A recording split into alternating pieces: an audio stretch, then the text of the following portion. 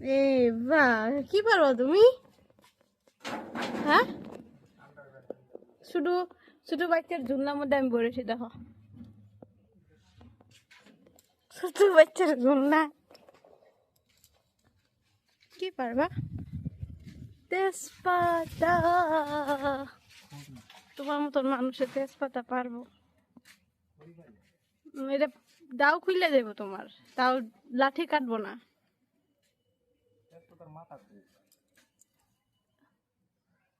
এই যে এডি কাটা লাগে ছোট ছোট দিয়ে, এই যে কোনার দি। বা তুমি পারিস মানে।